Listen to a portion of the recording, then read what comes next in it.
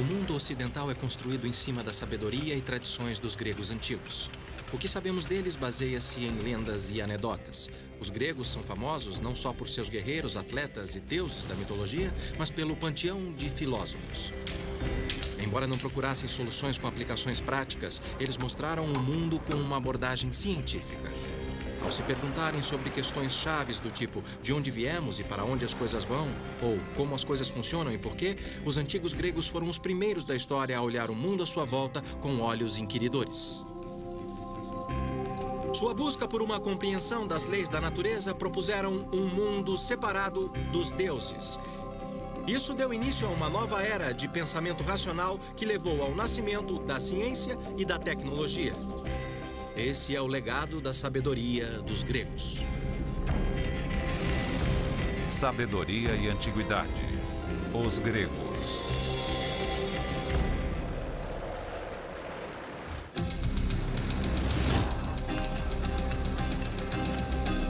O que hoje é a costa da Turquia já foi o epicentro do mundo grego antigo. Essa região chamada Anatólia foi o berço do Ocidente e o local de nascimento da ciência e tecnologia. O fato de ter acontecido aqui não é nenhuma coincidência. Vários fatores contribuíram para essa primeira visão científica do mundo. Os ancestrais de vários lugares daqui foram os jônios, a tribo grega originária da península do Peloponeso. Os jônios foram expulsos de seus lares por povos navegadores e saqueadores. Sem um lugar para ir, os jônios imigrantes se estabeleceram quase 500 quilômetros a leste, do outro lado do Egeu, que hoje pertence à Turquia moderna. Imagina-se que a migração forçada trouxe um efeito ruim, mas que logo se transformaria em vantagem.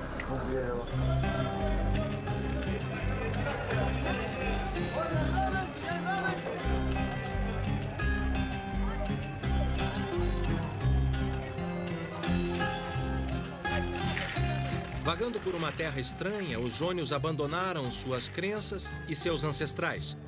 Com o tempo, isso gerou uma abordagem mais prática e racional da vida, pois eles não tinham certeza se seriam expulsos outra vez. Depois de perder tudo quando abandonaram sua terra natal, os jônios se concentraram no futuro e em ideias novas e bem-vindas, principalmente se fosse bom para os negócios.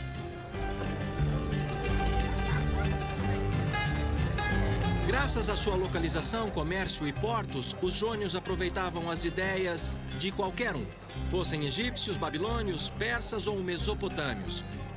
Quando seus vizinhos, os lídios, inventaram as moedas, os jônios foram os primeiros a usar. E quando os fenícios inventaram o alfabeto, a história teve outra guinada. Agora eles podiam registrar sua língua falada. Até então, o conhecimento era passado oralmente de uma geração para outra e de mestre para aprendiz. Mas com o recém-inventado alfabeto fenício, que os jônios adotaram rapidamente, adquiriram uma ferramenta para registro organizado e coleta de dados. A informação ficou mais disponível e um outro fator contribuiu para o nascimento de uma nova era.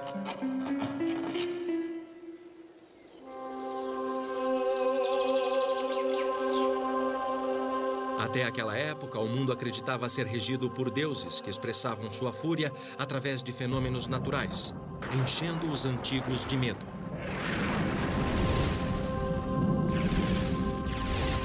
Mas logo os jônios deixaram seus medos e desafiaram os deuses. Essas são as ruínas de uma cidade que se tornou o trampolim para uma das descobertas mais incríveis da humanidade. No século 6 a.C., aqui era o centro do universo. Essa é a Mileto, a antiga Miletos, local de nascimento da ciência e tecnologia.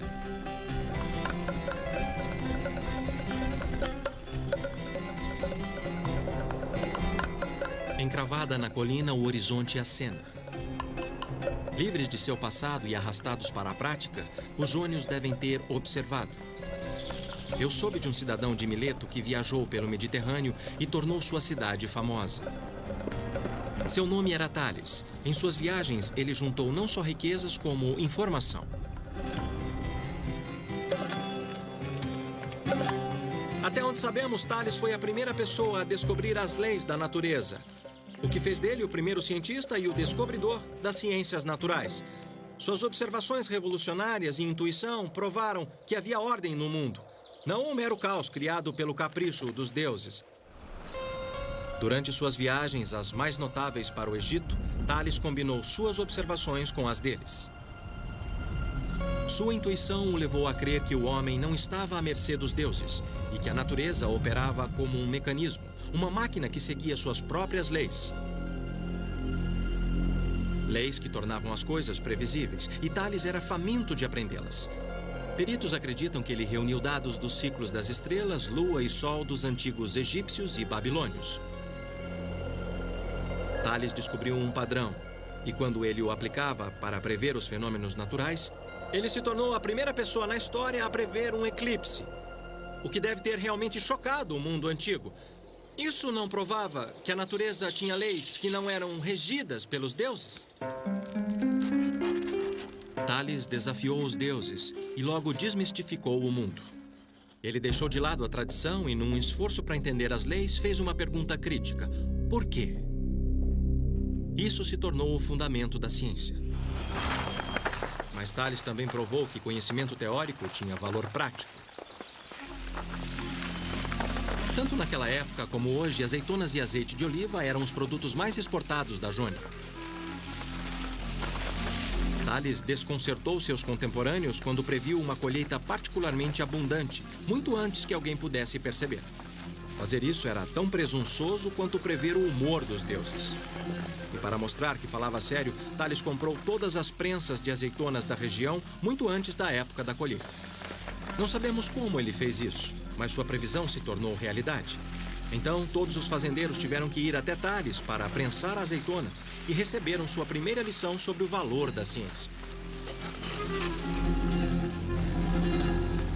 Tales estava cercado de linhas e ângulos tradicionais das fazendas ao redor de Mileto. Suas observações e os padrões similares que ele viu em suas viagens podem ter lhe dado a ideia para descrever o mundo em termos sistemáticos e procurar regras que funcionassem em todos os casos. Os métodos de construção dos egípcios e registros antigos relacionando ângulos, triângulos e círculos podem ter motivado Tales a formular suas próprias teorias geométricas. Tales se tornou o pai da geometria. Suas descobertas formam o núcleo da ciência e tecnologia moderna e descrevem as regras básicas do mundo físico.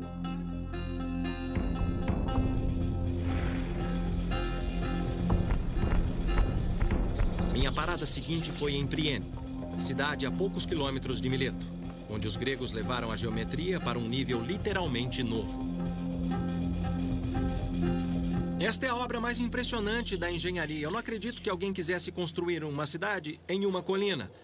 Nem mesmo hoje, mas para os jônios que não tinham gruas ou maquinários para cortar a pedra, ela parece o exemplo perfeito de como eles usaram a geometria para impor ordem em seu mundo.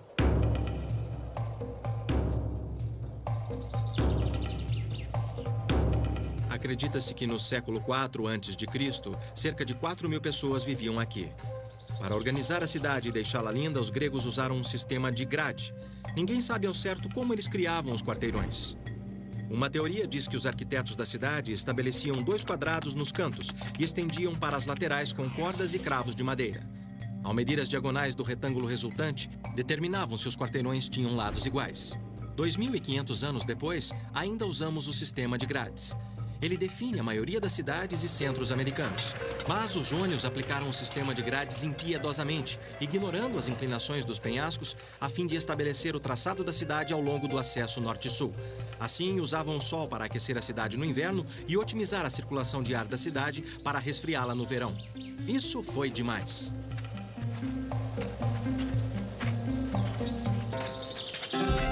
Ao perambular pelas ruínas antigas e colunas quebradas, eu fiquei maravilhado com sua perfeição. Na busca pelas regras básicas da natureza, os gregos antigos descobriram o cosmos. Cosmos é uma palavra grega e sinônima para ordem e beleza. O que para nós é maravilhoso, para os gregos era cósmico. Para Para seguir o trajeto da ciência e tecnologia até seu próximo marco, eu atravessei o Egeu para visitar outro local inovador, onde uma antiguidade foi considerada uma maravilha do mundo. Ela teria sido impossível sem a aplicação da geometria. Com Tales começou uma nova era, na qual os gregos substituíram o mito e o dogma tradicional por uma abordagem crítica, fazendo a pergunta por quê. A observação se tornou mais poderosa que o mito, e a aplicação da regra, o teste final. Agora eu estou na Grécia moderna, na ilha de Samos, uma das ilhas mais prósperas do mar Egeu. A antiga Samos tinha uma economia emergente, nutrida pelo mar. Na cidade antiga de Tagane, agora chamada de Pitagório, devido a um de seus habitantes mais famosos, a questão de armazenamento de água potável suficiente para os cidadãos inspirou uma das maravilhas do mundo antigo.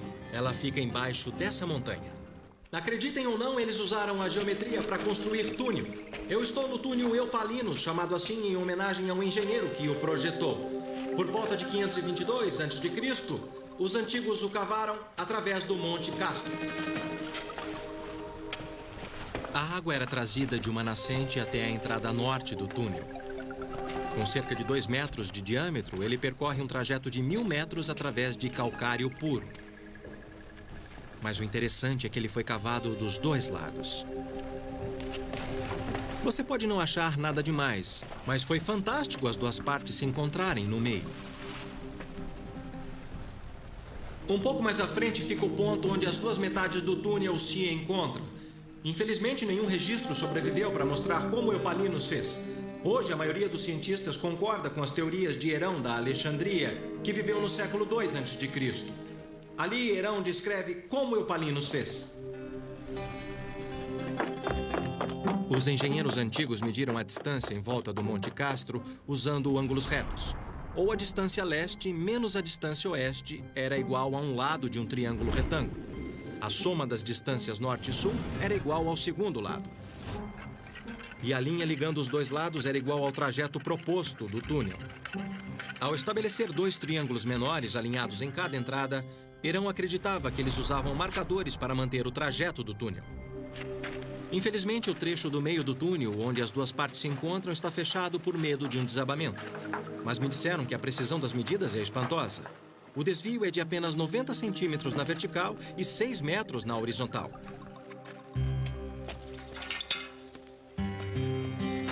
Quase não dá para acreditar que eles usaram apenas picaretas, martelos e cinzéis para cavar 7.000 metros cúbicos de rocha. Calcula-se que eles precisaram de 10 anos e 4.000 escravos para terminá-lo. E para onde é que a água ia? Ia para lá? Na saída sul do túnel, a água passava por um duto subterrâneo até a cidade de Pitagório.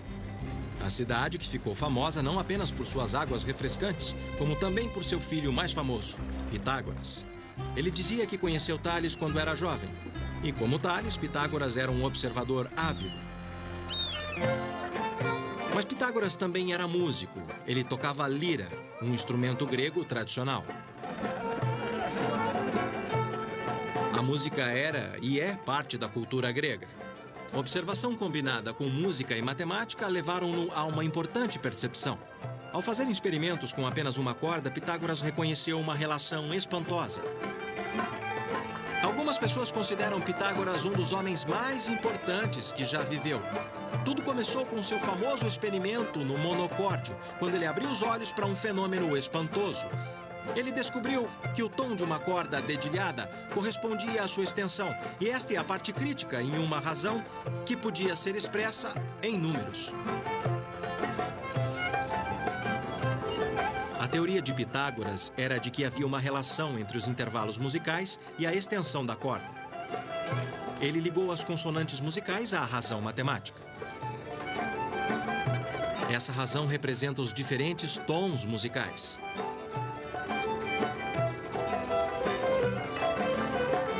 Dedilhar uma corda produz um tom. Ao dividir o comprimento da corda pela metade, pressionando a corda no traste de metal, a frequência do som é dobrada e a nota produzida é 1/8 acima. A razão da oitava é, então, 1/2. Pitágoras acreditava que a ordem matemática aplicada à música era um exemplo do princípio numérico que fundamentava o universo. Para Pitágoras, o número era uma quantidade física descoberta por experimento. A ideia de cosmos era ordem e harmonia, usando proporções expressas em números matemáticos.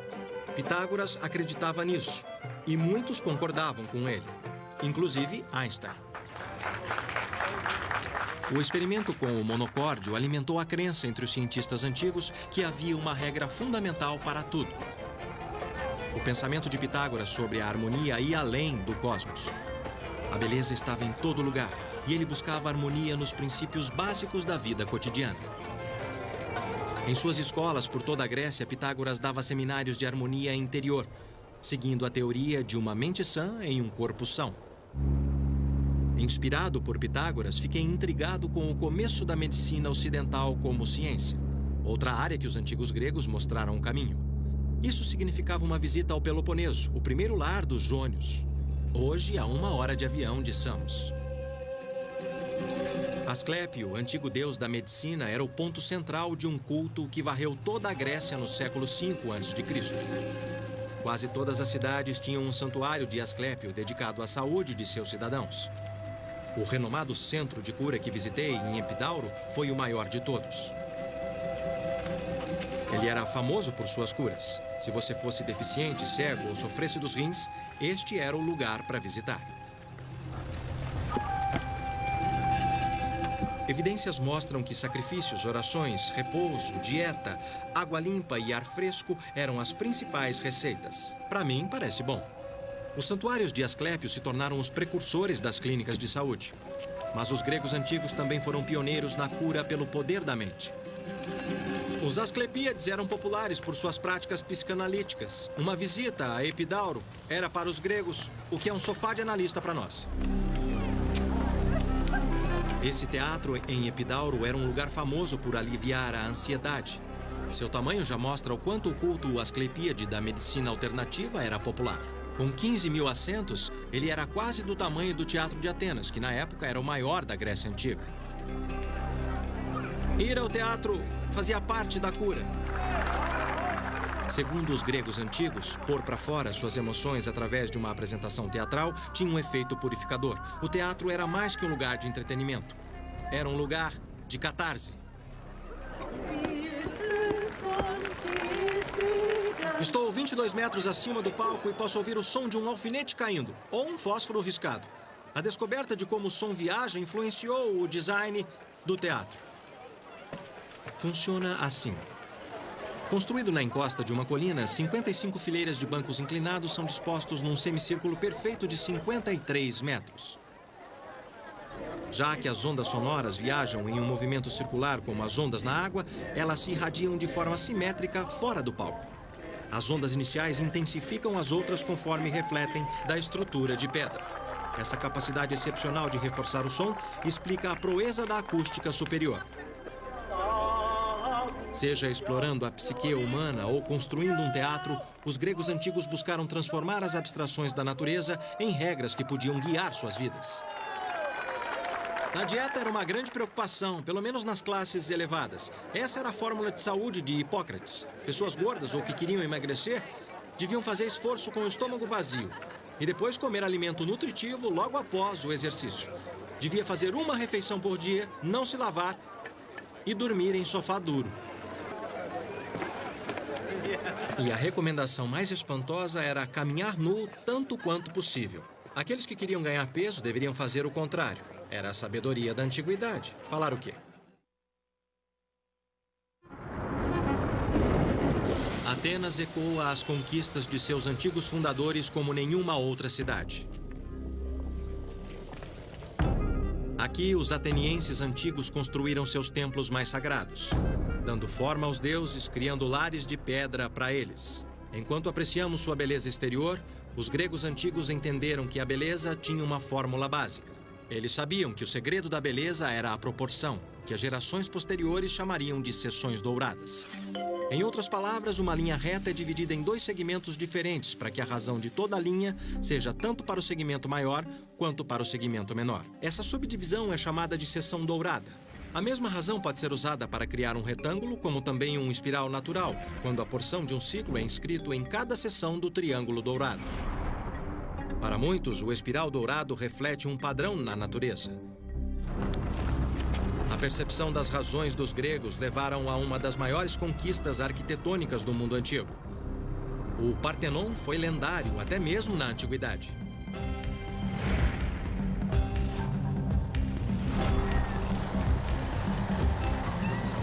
O Partenon deve seu nome a Atena Paternus, a deusa virgem Atena, para a qual ele foi dedicado.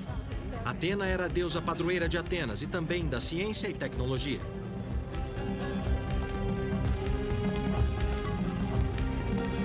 Os antigos construtores não usaram nem argamassa nem cimento. Essas colunas gigantes suportam lintéis maciços, fixos por grampos de metal inovadores. Discutível, a razão dourada torna sua estética tão impressionante que o Partenon é um modelo até mesmo para projetos arquitetônicos modernos. Embora o templo seja considerado um ícone de perfeição, eu soube que os arquitetos e construtores ajustaram o projeto para garantir a impressão de perfeição e não correr riscos. Da observação, os antigos sabiam que uma coluna do mesmo comprimento, de cima para baixo, parecia mais estreita em cima. Para fazer com que as colunas parecessem perfeitas, eles as afinavam. Usando truques como esses, eles garantiam que o templo parecesse totalmente perfeito. Só um perito podia perceber a ilusão. O professor Tessos Tanulas, chefe de restauração arquitetônica, concordou em me mostrar alguns dos segredos de seus projetos, tais como as escadas, que eram propositalmente mais espessas no meio. Eles temiam que, se tivesse uma linha reta para a base da escada, daria a impressão que ela estava afundando com todo o peso acima. Você está falando de uma ilusão de ótica? É, ilusão de ótica. Também, parece que eles pensaram em cada parte arquitetônica da construção, respondendo como uma criatura viva. Então, com todo o peso da superestrutura, a coluna tem um abaulamento para representar a pressão de cima. Entendi. Em outros casos, embora a parte de cima, toda a superestrutura, o entablamento, como chamamos, esteja inclinado para dentro, seguindo a mesma redução de cima, o que dá mais estabilidade ao volume da construção.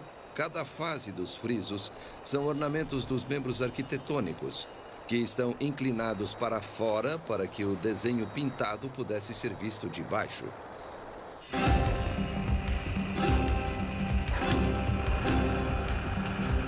O Partenon passa por uma série de reparos.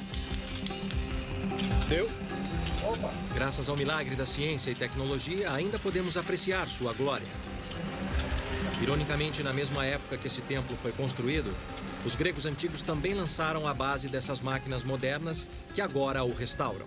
Arquimedes calculou que para mover uma pedra de 450 quilos, seriam necessários 25 quilos para fazer o trabalho. Usando uma alavanca de 40 unidades de comprimento com um fulcro no meio, a pedra não se move. Mas deixando o apoio a 2 unidades da pedra e colocando 22,5 kg na outra ponta, equilibra-se a alavanca, porque o comprimento médio desde o fulcro sobre 2 vezes 22,5 kg é igual a 450 kg. Acrescente 2,2 kg e Arquimedes podia colocar a pedra onde quisesse. O que a lei de Arquimedes diz, em essência, é: quanto maior a alavanca, mais fácil o trabalho.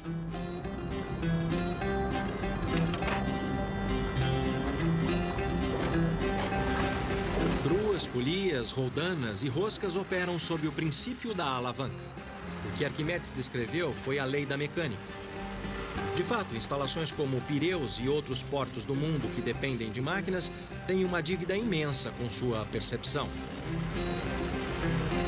Arquimedes era considerado o Einstein e o Edison do mundo antigo. Ele se tornou lendário porque inspirou o design das máquinas mais complexas. Como exatamente os gregos antigos vieram a entender os princípios da mecânica e da física, é um mistério que os pesquisadores modernos tentam descobrir até hoje. Em Atenas, eu visitei a 2ª Conferência Internacional de Tecnologia Grega Antiga no Museu de Guerra, onde cientistas e pesquisadores de todo o mundo trocavam suas últimas descobertas. Todos buscando mais pistas, assim como eu. Posso pegar? Sim, sim. Vou tentar bombear. Está claro que muitas máquinas antigas operavam pelo princípio da alavanca. Como essa bomba do século III a.C. de Ctésibio, o pai da pneumática. É uma bomba bem potente, hein? Nesse distribuidor de água sagrada, um ponto pivô substituiu o fulcro, mostrando como os inventores antigos começaram a criar dispositivos mais complexos.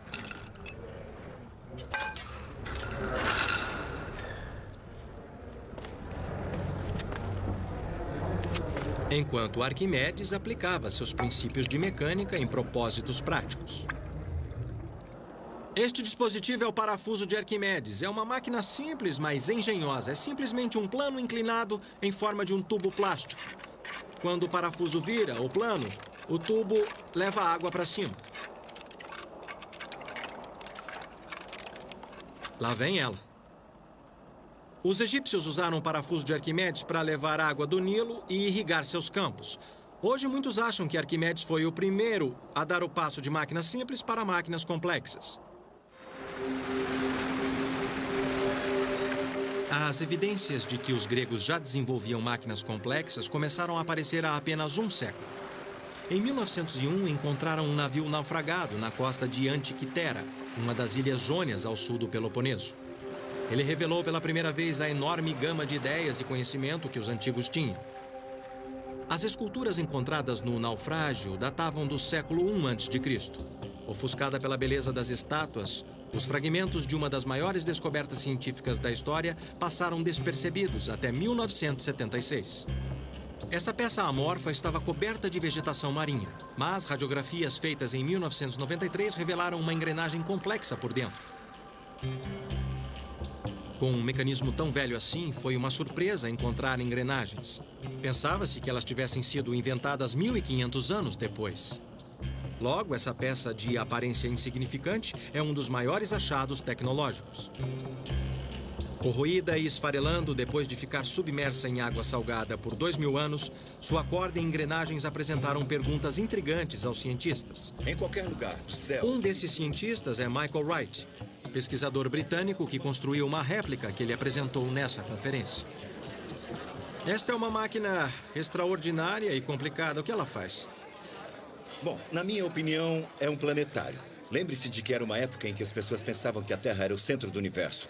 Ela mostra o lugar do Sol, da Lua e 5 planetas que eles conheciam no céu. E a parte de cima contém informação adicional útil, como a contagem de anos. Entendi.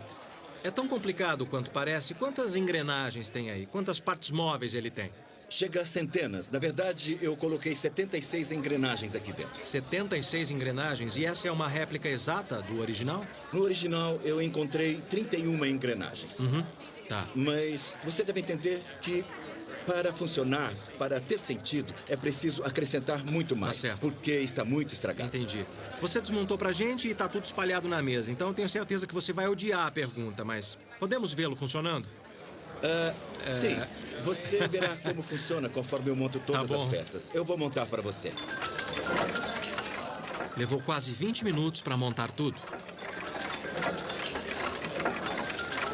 Mas foi emocionante ver um instrumento de 2.000 anos funcionando. E isso aqui? Essa é a Lua, que temos que ajustar. Tá. Mas o Sol e a Lua estão juntos agora, então deve ser a Lua nova. Devemos ver a Lua preta assim. Desse jeito. Eu posso? Por favor, pode sim. À vontade. Eu adorei o mecanismo da Lua. Que maravilha. Aqui a Lua está se movendo rápido. E sua fase aparece aqui. Aqui está o ponteiro do Sol. Abaixo do ponteiro do Sol está o ponteiro do dia, funcionando com um calendário. Eles andam quase juntos, mas às vezes um na frente do outro. E aqui está Mercúrio na frente do Sol. Esse é o ponteiro de Mercúrio. Aqui vem Vênus, embaixo do ponteiro do Sol. Aí. Tá. E aqui temos Marte, Júpiter e Saturno vindo juntos. É um dia muito especial. E Júpiter está alinhado com Marte. O inventor do mecanismo de Antiquitera é desconhecido, mas outros antes dele já tinham tentado construir um modelo dos céus em forma de máquina. Na verdade, os registros mostram mais uma vez que Arquimedes construiu o primeiro planetário. Infelizmente, tudo o que resta é essa gravura do século XVIII, chamada O Planetário de O'Reilly, que sugere como poderia ser seu invento. Comparado com o conhecimento dos dispositivos disponíveis na época, a ideia de Arquimedes estava a anos-luz à frente. Encontrar soluções práticas era uma coisa, mas fazer perguntas ousadas era outra. Quem iria fornecer as respostas se os deuses já não podiam? Uma coisa era dizer que Apolo empurrava o Sol pelo horizonte, e uma outra era perguntar por que os barcos flutuam. Na busca para entender o seu meio, os cientistas gregos antigos ficaram intrigados com a pergunta do porquê alguns objetos flutuam e outros afundam. Se você colocar uma pedra na água, ela afunda. E num espaço confinado como este aqui, ela também derrama água pela borda. O que acontece é que esta pedra está retirando seu próprio volume de água. Isso se chama deslocamento de água. Mas se você colocar um toco de madeira na água, ele flutua. Ele também desloca a água, mas não afunda. Então, o que acontece aqui? O toco e um barco flutuam pela mesma razão. Embora os navios modernos sejam feitos de materiais pesados como aço e concreto, eles flutuam, desde que pesem menos que a água que eles deslocaram. O ar dentro do casco do navio ajuda a diminuir o peso do navio comparado com o volume de água que ele desloca. Esse efeito é chamado de flutuabilidade. Dizem que quando Arquimedes compreendeu o princípio do deslocamento da água, ele saiu correndo pelas ruas gritando Eureka, que significa descobrir. Mas seu legado foi bem maior que isso. Embora Arquimedes tenha nos dado os princípios fundamentais de onde a tecnologia moderna é derivada, outra invenção grega foi recentemente ressuscitada e testada depois de ficar perdida milhares de anos no mar. Era uma trireme, barco de guerra famoso por sua velocidade e impacto letal. Navios como esse se tornaram um orgulho da marinha grega antiga e o terror do mar Mediterrâneo. Tudo o que sabemos a respeito de triremes vem do dramaturgo Ésquilo, fundador da tragédia grega. Como testemunha ocular, ele nos conta das triremes derrotando os invasores persas na Batalha de Salamina, apesar destes estarem em número maior. Jamais uma peça original de trireme foi encontrada, o que dirá um barco inteiro. Tudo o que restou foi o drama que Ésquilo escreveu, até que os arqueólogos descobriram galpões de triremes antigas. Podemos colocar 170 homens remadores... Marquei uma visita ao almirante Iohannis Koliniatis, que passou 5 anos juntando as pistas para reconstruir esse lendário navio de guerra grego. Eu queria saber como descobriu o comprimento das triremes. Vamos começar com o comprimento. Sabemos o comprimento do galpão, onde as triremes eram mantidas. E o seu comprimento não podia ser maior que o comprimento do galpão, que é de aproximadamente 33 metros. Entendi. Os galpões também indicaram que a largura devia ser de 4 metros. E a geografia da Grécia forneceu outra pista. Considerando que as triremes ancoravam em praias, o calado não podia ter mais de 1,20 m. A experiência prática obtida durante o processo de reconstrução e os registros históricos ajudaram a formar o retrato de como esse lendário navio de guerra devia ser. Que tipo de madeira vocês usaram para fazer o barco? O casco é feito de madeira de pinho. E alguns lugares especiais são de carvalho.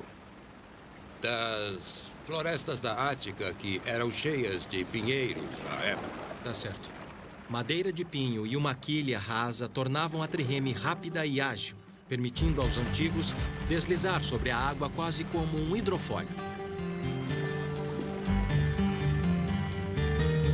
Outra fonte crucial para o segredo da trireme é uma lista de suprimentos navais atenienses, encontrada no século XIX. Ela incluía 170 remos, divididos em 62 para o convés, 54 para os convéses do meio e de baixo, e cada remo precisava de alguém para puxar. Parece que era muita gente num lugar apertado. Será que eu posso remar para ver? Sim, por que posso? Não? Vamos remar. Vamos lá. E veja como é difícil chegar ao lugar. É difícil mesmo. Então você imagina como era difícil com 170 homens. Claro, é bem apertado, né? É bem congestionado. E você vai pegar o remo superior. É o mais difícil. É o mais difícil, mas eu sou iniciante, tá? Então eu vou pegar o do meio. Depois que você senta, não é tão ruim, não é? Como vê, então, eu tenho que ter mais inclinação para poder alcançar a água. Aham. E você está mais nivelado.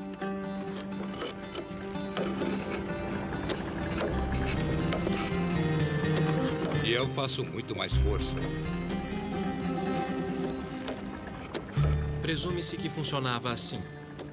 A trireme tinha 3 bancos de remadores, daí o nome. Cada remador tocava na água num ângulo diferente. O mestre da galé mantinha o ritmo dos remos para fazer com que todos remassem juntos e, ao seu sinal, a trireme podia acelerar como um carro com motor envenenado.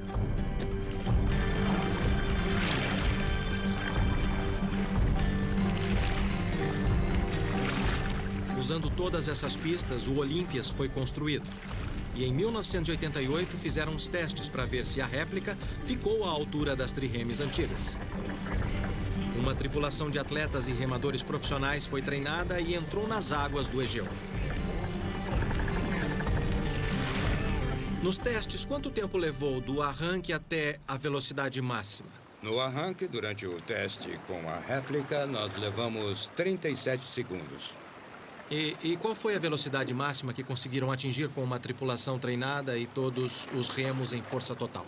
A partir de dados históricos, soubemos que a velocidade máxima devia ser em torno de 8 nós e meio. E isso também foi provado durante os testes que fizemos com a réplica.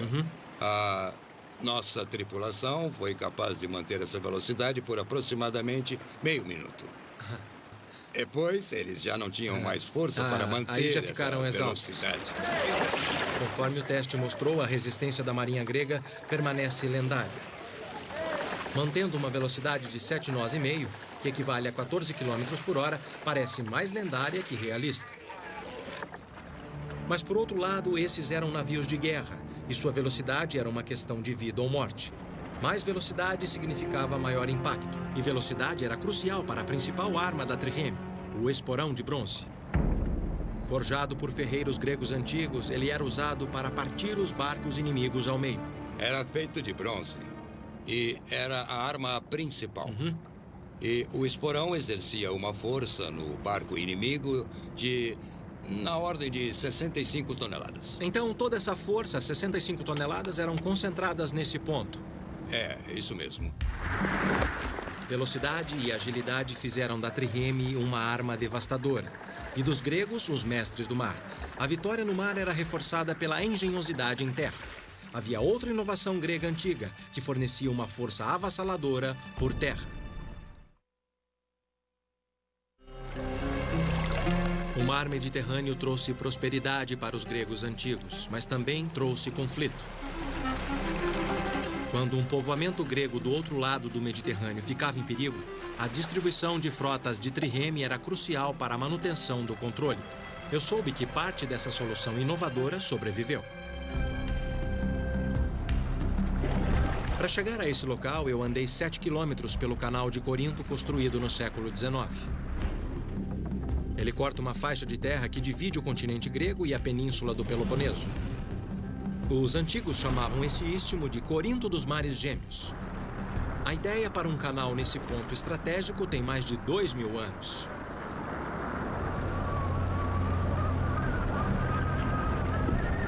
Periander, um dos 7 sábios da antiguidade, foi o primeiro a propor. Mas no fim ele recuou porque temia que isso desagradasse os deuses. Então veio o imperador Nero, que deu início à construção. Mas ele morreu e a construção não avançou. O mais incrível é que o canal de hoje segue seu plano. Fiquei me perguntando se Nero pensou que teria que remover 1.200.000 metros cúbicos de terra para terminar essa obra. Certamente teria valido a pena, pois esta passagem sempre teve um papel importante na história da Grécia para passar de um lado para o outro do Mediterrâneo. Exércitos, mercadorias e pessoas, tudo tinha que passar por aqui.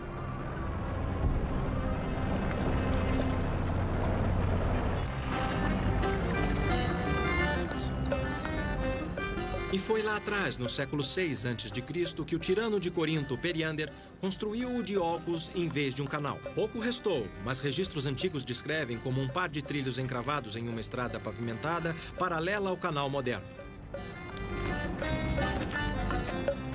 Se você estivesse aqui há cerca de 2000 anos, você poderia ver 170 homens, cada um carregando o seu remo, marchando pelo istmo. Enquanto isso, a trireme era arrastada por terra por este caminho aqui. O Diolcos servia como atalho. 6 quilômetros por terra, em vez de navegar 600 quilômetros para contornar a península, tornou-se uma vantagem crucial na defesa costeira da antiguidade. Eu examinei os sulcos profundos nos trechos que restaram do Diolcos. Frequentemente chamado de a primeira estrada de ferro do mundo, não se sabe exatamente como os trilhos eram usados. Mas seja qual for o método, deve ter funcionado muito bem, porque o Diolcos ficou em operação por 1.300 anos, transportando navios mercantes e de guerra para a grande glória da Grécia. Quase tão grandiosa, outra invenção antiga veio a calhar. Apesar de não ser um triunfo geográfico, ela supriu as necessidades espirituais da antiguidade. Acreditava-se que o ponto de encontro de duas águias marcavam o centro do mundo. No alto do penhasco do Monte Parnassus, lar das musas, fica Delfos, cuja origem da palavra significa útero ou umbigo. Dentro das ruínas do vasto complexo do templo de Delfos, eu encontrei uma réplica do ônfalo, a pedra que simboliza o centro do mundo. Mas algo bem maior me arrastou para cá, como arrastou milhares de visitantes nos últimos milênios. Desde 750 a.C., Delfos era famosa por seu oráculo, um lugar dentro do templo de Apolo onde os devotos podiam perguntar ao seu Deus sobre seu futuro. As perguntas eram respondidas pelos sacerdotes que interpretavam as respostas de uma mulher através da qual Apolo falava. Para surpresa, a pesquisa moderna revelou como a previsão em Delfos se baseava em método científico. Poucos sabem que os sacerdotes de Delfos contavam com dados e conhecimento concreto. Fragmentos de informação sobre costumes estrangeiros, políticos e até do clima eram organizados numa espécie de conselho interdisciplinar com 90 sacerdotes. Eles eram as pessoas mais bem informadas da antiguidade e, com tempo suficiente, davam uma resposta elaborada sobre qualquer coisa. As respostas eram ambíguas, mas plausíveis, e com um pouco de detalhes jogados aqui e ali, se tornavam muito inspiradoras. Guerreiros e reis como Alexandre o Grande vinham aqui em busca de um sinal, uma indicação dos deuses sobre o destino da nação. Hoje sabemos que eles estavam em boas mãos. Os sacerdotes de Delfos entravam em contato com informantes e outros sacerdotes do Antigo Mundo. Eles chegaram a estabelecer o que hoje chamaríamos de a primeira central de inteligência de dados. Eles podem ter usado ainda estatísticas e cálculos. Métodos similares aos aplicados em Delfos estão em uso até hoje. Confiando na informação em vez dos deuses, os sacerdotes de Delfos criaram a base para a reunião de dados. De fato, a metodologia de previsão do oráculo de Delfos é reconhecida no mundo dos negócios de hoje. É sempre comovente imaginar o grau de sabedoria da antiguidade. É tentador buscar no futuro respostas para questões de ciência e tecnologia que persistem, quando na verdade há pistas no passado. Os gregos antigos descobriram a relação básica de razões e números que, pelo que nós sabemos, ainda contém a chave do universo. Eles revelaram os princípios fundamentais da mecânica que governa nosso mundo e estabeleceram a base da tecnologia moderna. Foram os primeiros a fazer a pergunta crucial: por quê? E exigir uma resposta racional e científica. Em muitos casos, a resposta que eles deram continua sendo a melhor que nós temos. Na Grécia Antiga, há 2.500 anos, uma revolução mental fez o mundo tremer.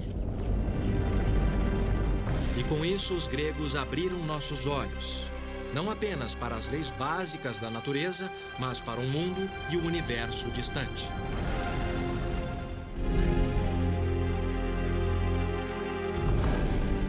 Versão brasileira, DPN Santos.